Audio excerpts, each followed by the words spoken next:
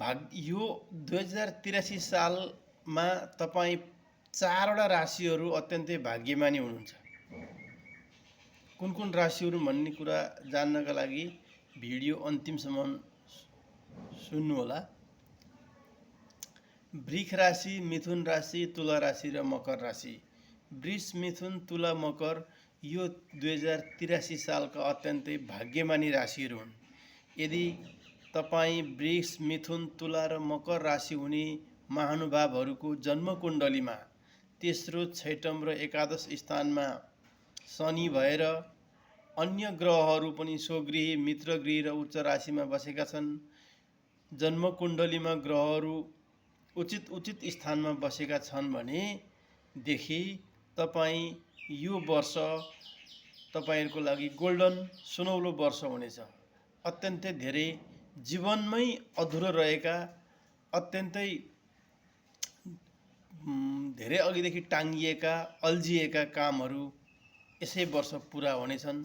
यसलाई तपाईले आफ्नो पक्षमा पार्नका लागि चाहिँ तपाईले श्री सूर्यनारायणको व्रत अथवा बिहान झुल्किँदो सूर्यलाई पानीकै भए पनि 2 अन्जुलीले घामपट्टि फर्केर अर्घ अर्पण गर्नुहोला। वृष, मिथुन, तुला, मकर राशि हुने मित्रहरूको लागि यो वर्ष अत्यन्तै लाभदायक वर्ष रहन गएको छ। बाँकी अन्य राशिहरूलाई भने केही कष्ट देखिन्छ भने यो रौद्र नामको संवत्सर भएको 2083 सालको चाहिँ तपाईहरू अत्यन्तै भाग्यमानी कहलिनु भएको छ। यसपालि राजा बृहस्पति छन्, ग्रह गोचरीय राजा। यता मैले राजा भने तर राजा त हाम्रो नेपालको राजा त बालेन्द्र शाह छन्, तर ग्रहहरूको पनि आफ्नो राजा मन्त्रीमण्डल हुन्छ।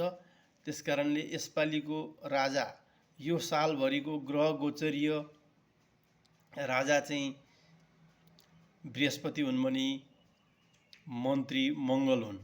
त्यसकारणले यी 4 राशिहरूलाई यी बृहस्पति र मङ्गलले तपाईलाई भाग्यमानी बनाउनेछन्।